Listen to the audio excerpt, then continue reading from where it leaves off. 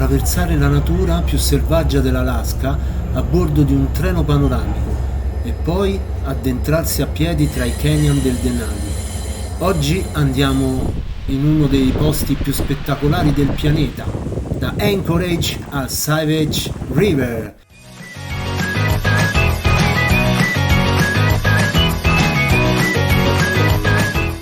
Allora, come sempre, Ikimashou!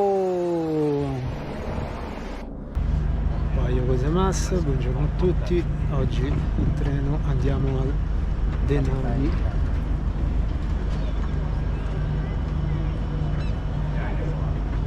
Questa è la stazione di Anchorage Depot.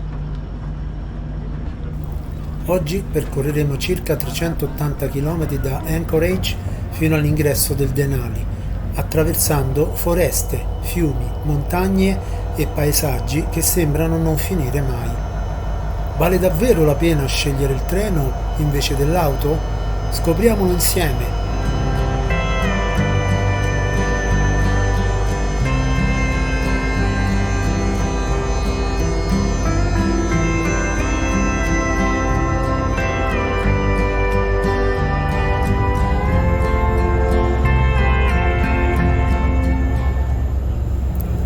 Tra poco salirò a bordo dell'Alaska Railroad, una compagnia che da oltre un secolo collega alcune delle località più spettacolari dello stato.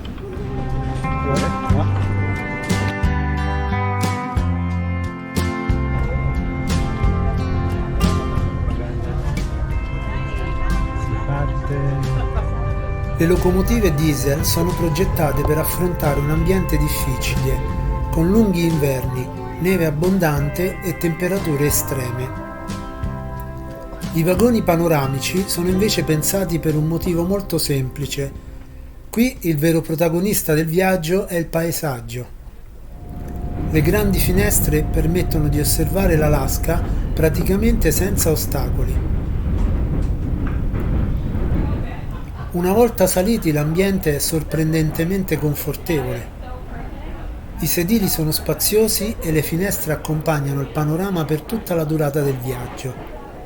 Su alcuni convogli è presente anche un vagone ristorante, dove è possibile mangiare osservando il paesaggio che scorre lentamente.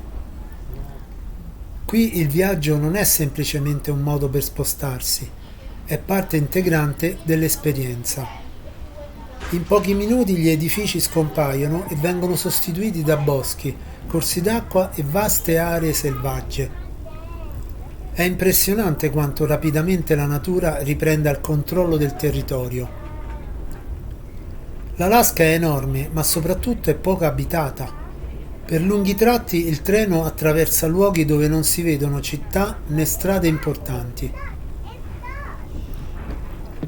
Man mano che il viaggio prosegue, il paesaggio cambia continuamente. Le foreste di conifere si alternano a grandi fiumi glaciali, mentre in lontananza iniziano ad apparire le montagne.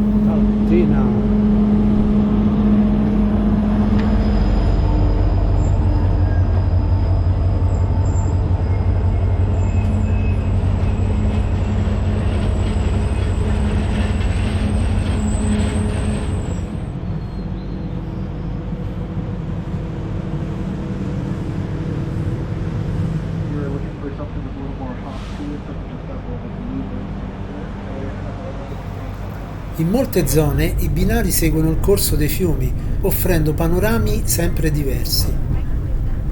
È uno di quei viaggi in cui non serve cercare qualcosa di particolare dal finestrino. Basta osservare. Ogni curva regala una prospettiva diversa.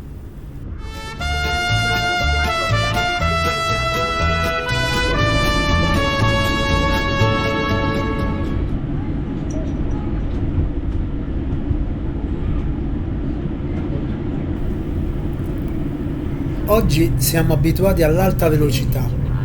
Qui invece tutto procede con calma. Ed è proprio questa lentezza uno degli aspetti più piacevoli del viaggio.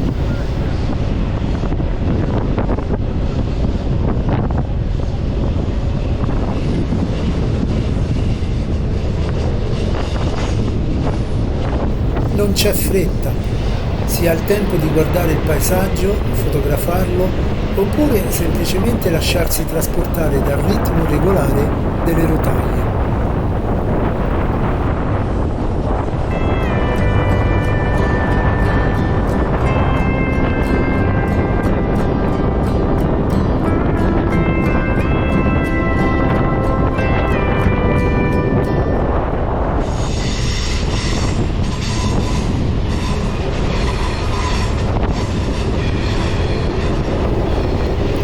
L'Alaska Railroad venne costruita all'inizio del Novecento per collegare il porto di Anchorage con l'interno dello Stato e favorire lo sviluppo economico della regione. Ancora oggi rappresenta uno dei collegamenti più importanti dell'Alaska, sia per il turismo sia per il trasporto di merci.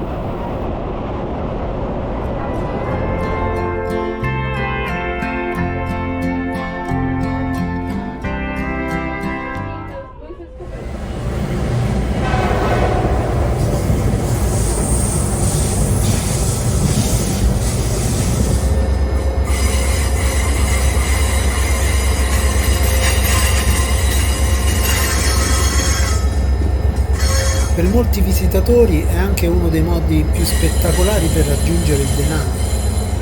Nelle giornate limpide, durante questo tragitto, è possibile vedere il Denali, la montagna più alta del Nord America, con i suoi oltre 6.000 metri. Purtroppo il meteo dell'Alaska è imprevedibile e la montagna rimane spesso nascosta dalle nuvole. Fa parte dell'esperienza. Qui è la natura a decidere quando mostrarsi.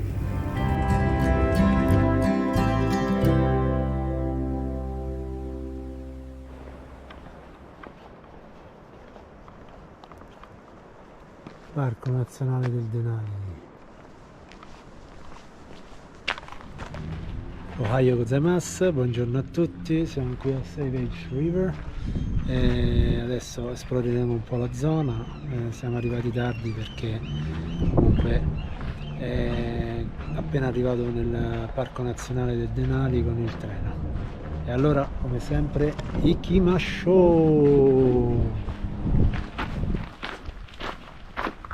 Ok, gli orsi.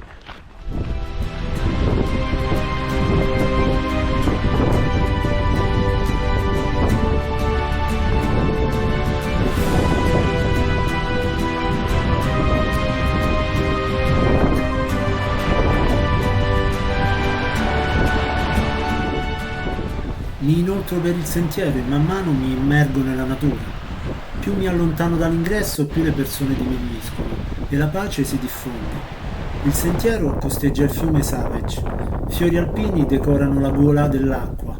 Roccia e sabbia si alternano sotto le suole. Il vento soffia e il sole rimane perennemente in pretramonto, iniettando sui pendii una luce delicata.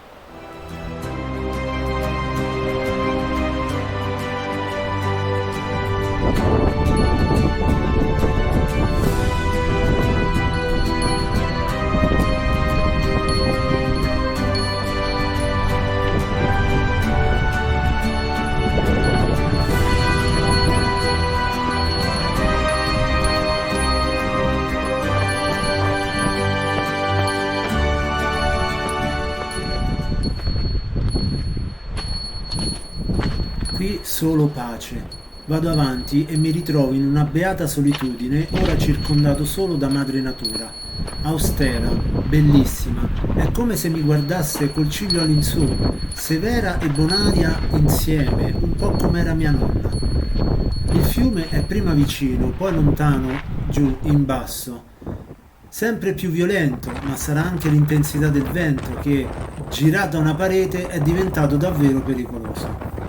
Mi sporgo da una rupe per delle foto, ma non sto in piedi, rischio di finire di sotto dopo qualche folata. Meglio spostarmi in un punto più sicuro ed evitare stupidi incidenti. Proseguo e sposto sempre più in là il mio obiettivo. La curiosità mi assale. Cosa ci sarà dopo quella roccia? Cosa ci sarà dopo quel sentiero, quella curva? Proseguo, mi infilo in una delle fitte e alti siepi che nascondono il sentiero, finché il sentiero non c'è più. E allora è forse il momento di girare i tacchi. Dall'alto rivedo il ponticello, scendo, lo attraverso. Dall'altro lato del fiume il sentiero è più vicino ad esso.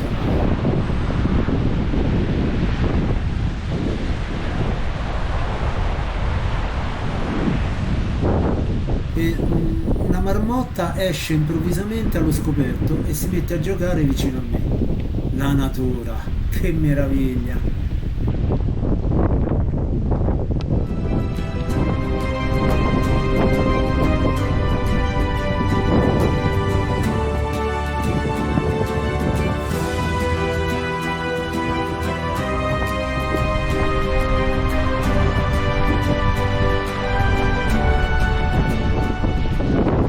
La luce leggera e speciale, da lontano vedo i bus, vecchio modello americano, che attraversano il ponte alzando un polverone che non offusca il cielo azzurro.